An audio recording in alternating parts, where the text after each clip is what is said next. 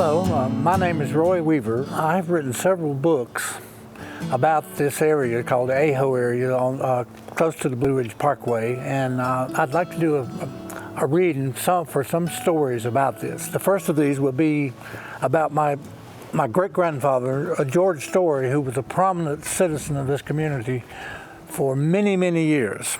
George was the owner of the Ajo store for many years, and he was very much a character. So was Cad, and their marriage wasn't the most happy in the world, and their marital spats were carried out in public because everybody knew and heard and saw what was going on there. George Story, he grew up in Sampson, and his father, whose name was Walter Story, was drafted into the Army, and not long after captured and sent to Rock Island, Illinois, and died there. I've heard he froze to death. And George was just a young boy then. And his family had no knowledge of what happened to his father after the Battle of Lookout Mountain. It was not until after the war was over that J.D. Hawkins returned to his home at Buffalo Cove and made the trip to Sampson to tell the family that Walter froze to death at Rock Island Prison in Illinois. The family had assumed Walter was dead, and his mother had remarried. And actually remarried a black man, but it was I think he was a mulatto, half black. And so George was kind of left on his own after that. I don't think he was happy with that the prejudice of that time. You can imagine. George grew up in the years after the Civil War when times were hard and he had to learn early to fend for himself. The poverty and his hardship of his early years made him sympathetic to the poor and downtrodden. In all his life, he worked for good roads and good schools to improve the lot of the people of his community. It is not known just how George was educated. In the years after the Civil War, very few schools were open. His education was probably sporadic, as evidenced by his creative spelling and word uses, but his language was very colorful and humorous. His spelling was creative, and his grammar fell short of standard King's English, but he almost always got his point across. George often quoted from the scriptures, and he was a rustic philosopher. In a letter written to the local paper during World War I, he asked the rhetorical question, "Why are all the Christian nations of the world at war and all the heathen nations at peace? Stop and think." George Story married at the age of 22 to a M.E. Davis from the Fosco community in Watauga County. She died in childbirth 9 months later when their daughter Maggie was born. In 1833, he married his second cousin, Carolyn Story, known as Cad. The marriage produced 7 children, but by all accounts, it was not a happy marriage. Cad was ill-tempered and George was fond of drinking. Not a good combination for a happy marriage. Okay. They were both grandchildren of the original settlers, Joshua and John Story. She was Joshua's granddaughter, and he was John's son. And they, of course, they lived over here right at the intersection of the Parkway. And George was, they said, a very generous man and a very good man, but he was a ranter and raver. I mean, according to my mother, she loved her grandfather, but he was. George used his position as a community leader to advocate good roads. The Watauga Democrat, November 30th, 1913, gave the following account of his efforts for good roads. On last Saturday night, a box supper was given at the Ajo Schoolhouse for the benefits of a new road now being built along the crest of the Blue Ridge from Ajo to Green Park. The road, when finished, will be quite an addition to this and adjoining communities. Mr. George Story has done more, perhaps, for building roads than any other man in the township. He not only spent $250 of his own means in building the road from Ajo to Green Park, but begged monies from others. There is now a good road, but needs some repairing owing to heavy rains. A great many cars and trucks pass over it daily. George Story's first foray into politics was unsuccessful. In November 1912 election, he ran dead last in the race for county commissioner. He received 696 votes. Apparently, he had little appeal outside the Blue Ridge Township. On September 12, 1918, George wrote another letter to the Democrat. This time, the subject was education of the children in the Penley community. Mr. Editor, will you kindly give me space for a few lines in your respected paper? I'm almost compelled to write another letter to the readers of your paper. Well, we had a box supper at the Penley Schoolhouse on Saturday night, August 31st, got up by Miss Watson, daughter of Mr. John Watson of Virgil. She got enough money to build a better house than she is teaching in, $43.80 being the amount she got. How much money could be added to that? It looks like a shame for the young lady to teach in a schoolhouse that has no value at more than $40. Shame on our county. Why not build a better schoolhouse in the county as well as in the towns and cities? Give the poor country children a chance. I'll be glad for Watauga County to tax me $25 this year, and we spend on the it will be spent in the Blue Ridge Township. Let every township have a real tax and use its own money. Give us a chance. Yeah, he was a very colorful character, and but if someone in the community needed help, he gave it to him. I know I've heard that he helped my grandmother. My grandfather, John Weaver, was killed by lightning when they were sawing timber, and she was left with several kids and just that small farm. And I understand he helped her out quite a bit. That didn't make her like him, but he still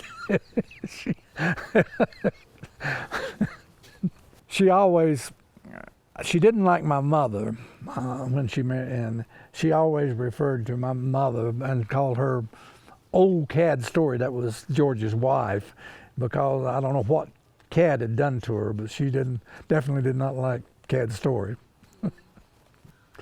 You'd have to know my grandmother to appreciate all this, because she was a determined woman. Like I say, she lived to be 100 and was in fairly good health up until the very end.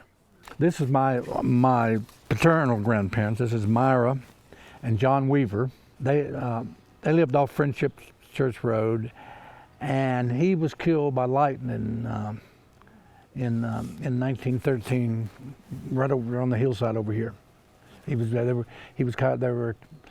were cutting timber, and the lightning struck the tree and killed him. They moved to this area from Ashe County because this area was a Union area. Most people in this area were Unionists, and I think most of his family were Confederates, and I guess they felt they didn't feel comfortable over there, so they moved. So they moved over here and bought property over here. So.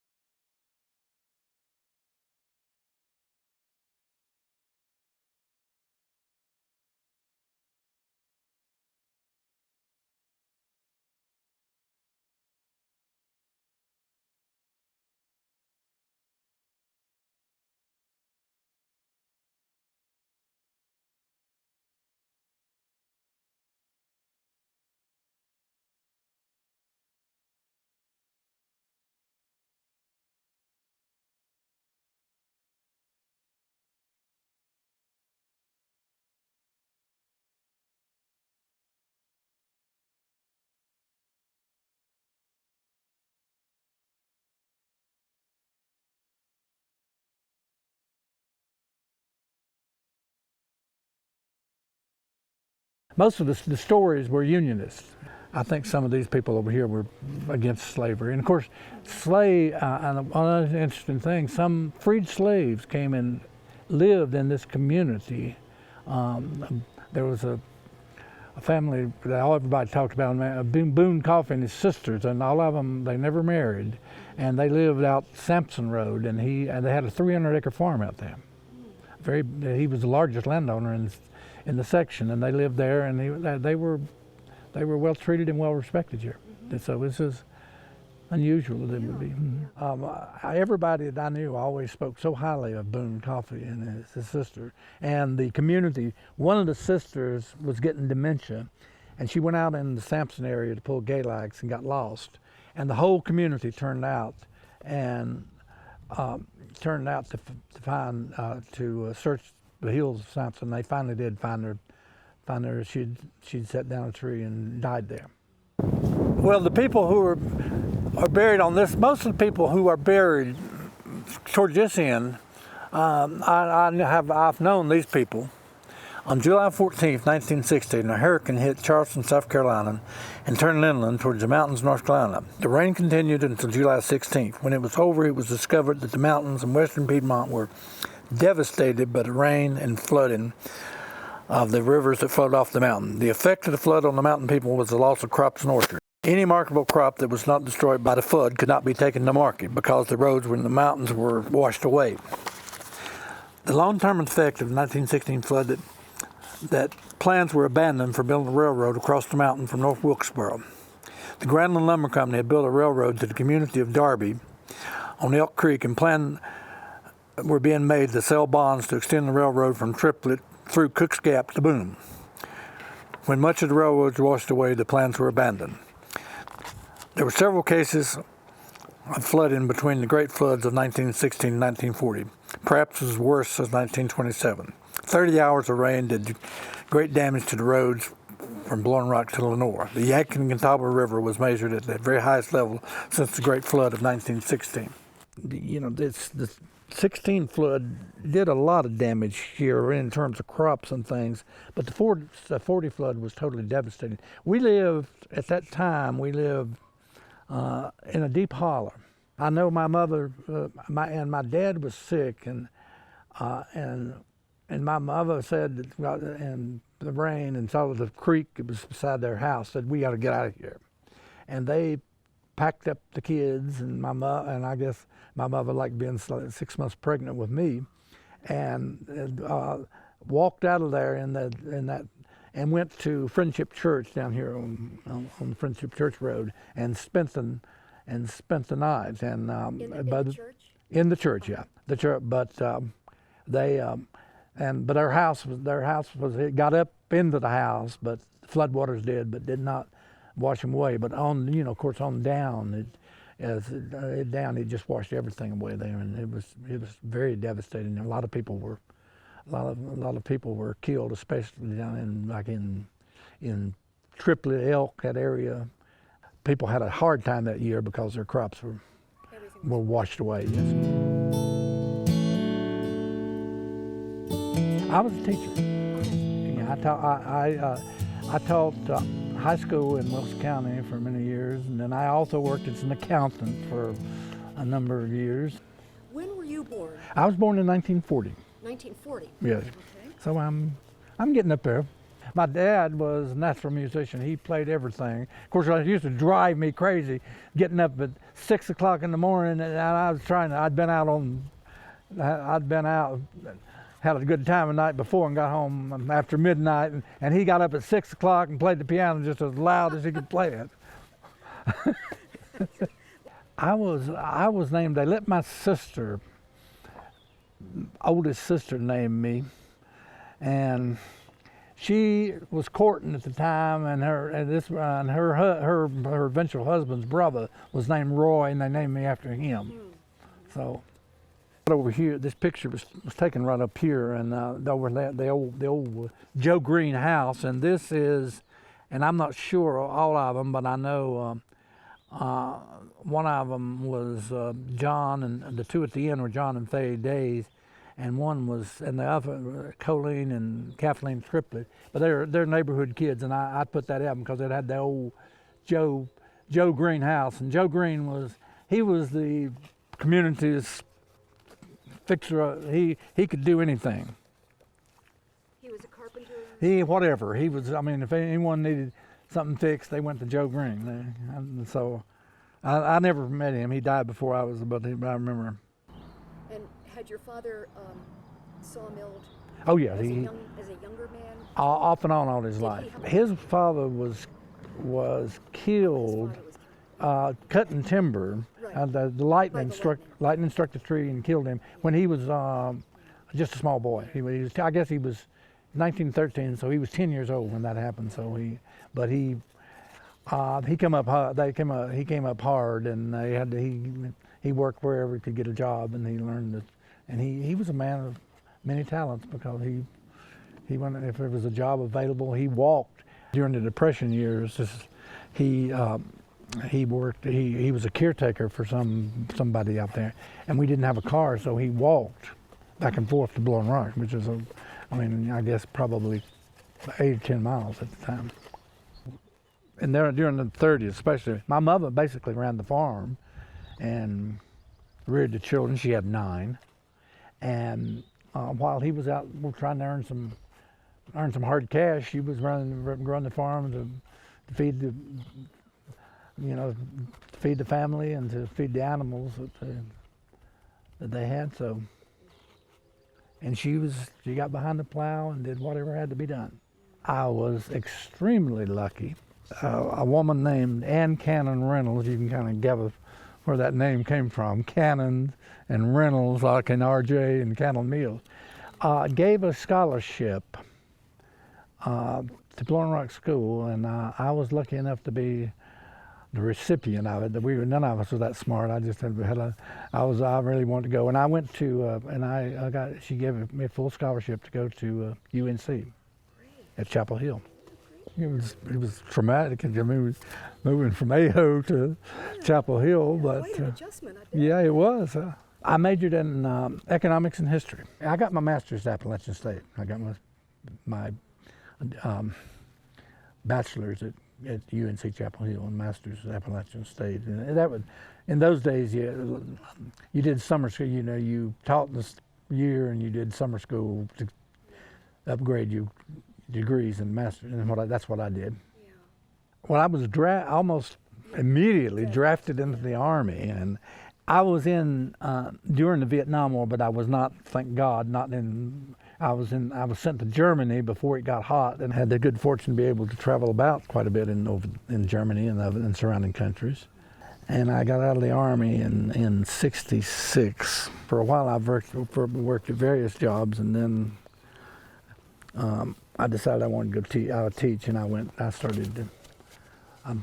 And they were putting economics into the curriculum at the time, and there was nobody.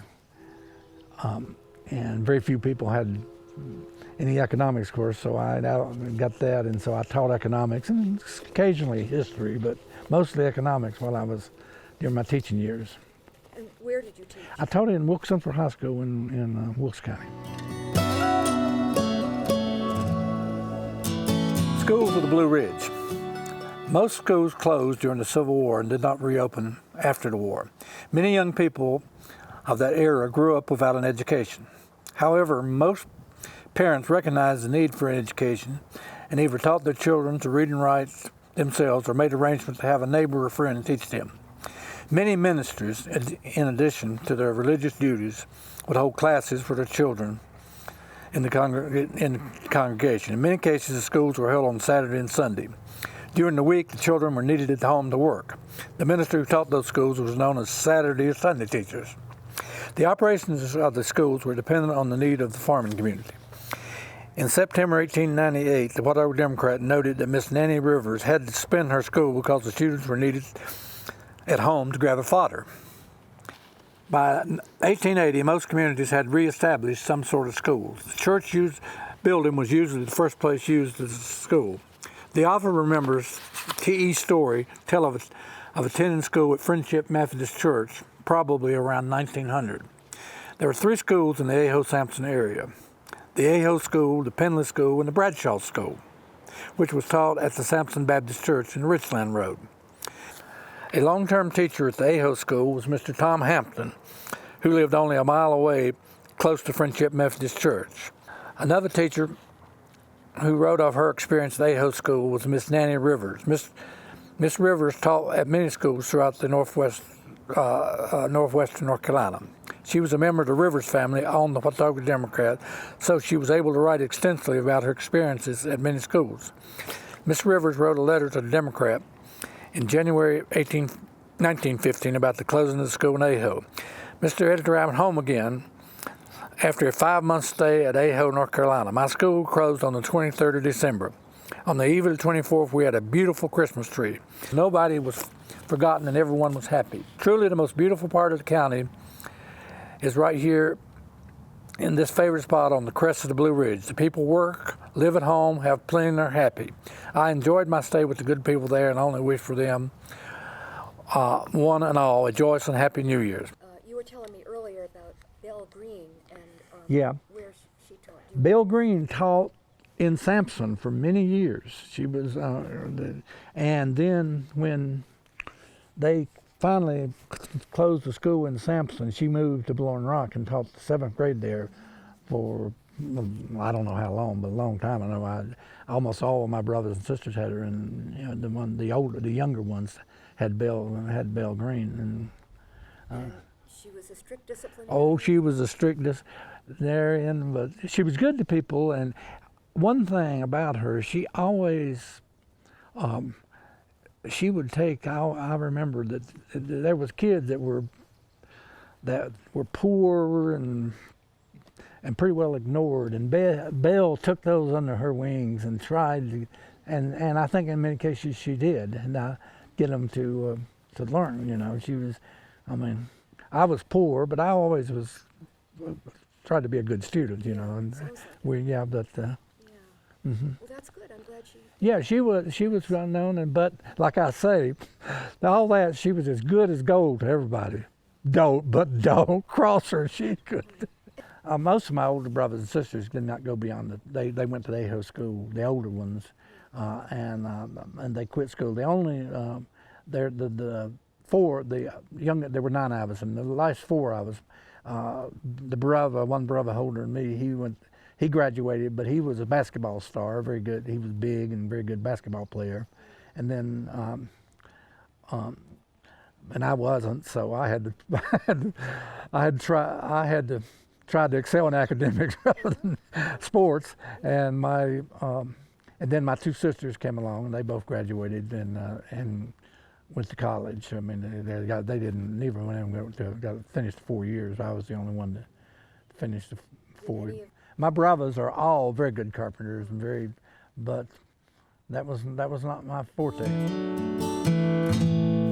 And if you notice the different spelling of the stories, the reason you have the different spellings, that there was disagreements, and some people didn't want to be the same name as somebody they disliked, so some of them changed it to IE, and others changed it to EY. It was originally STORY, and then they changed the spelling. I mean, my side is IE.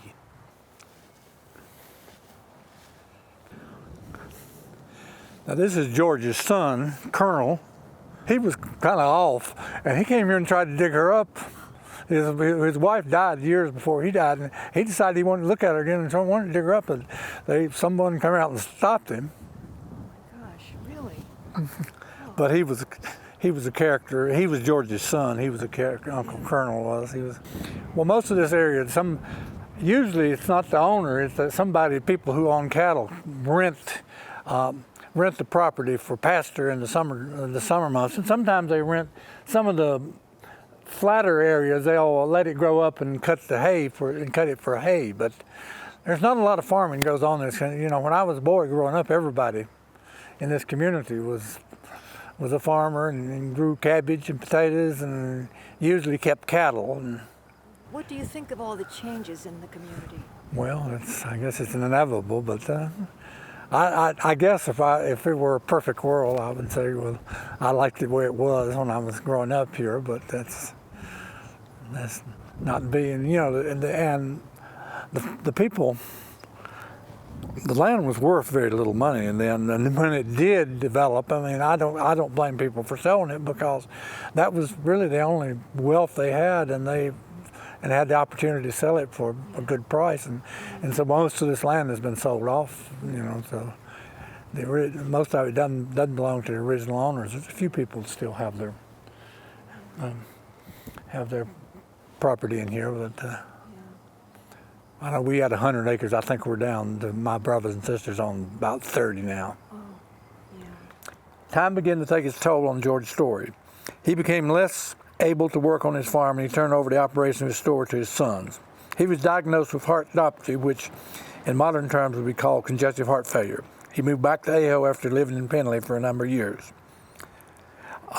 he moved it into the house with his daughter Maud Crow and her family.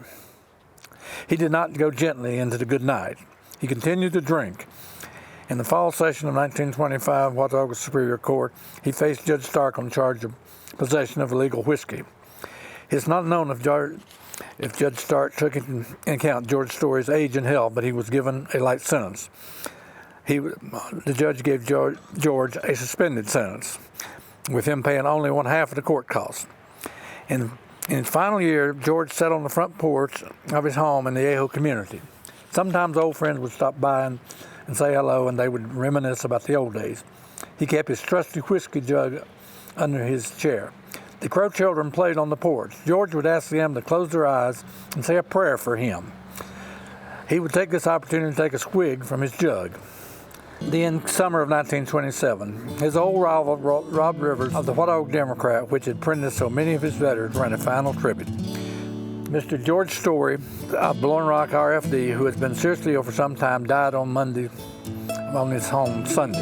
Mr. Story was for many years a leading merchant of his section of the county, was also a good farmer, but old age came along, his property was divided among his children, and time of his death his holdings were meager. Mr. Story had his faults, we all have them, but the good in his makeup was largely predominant.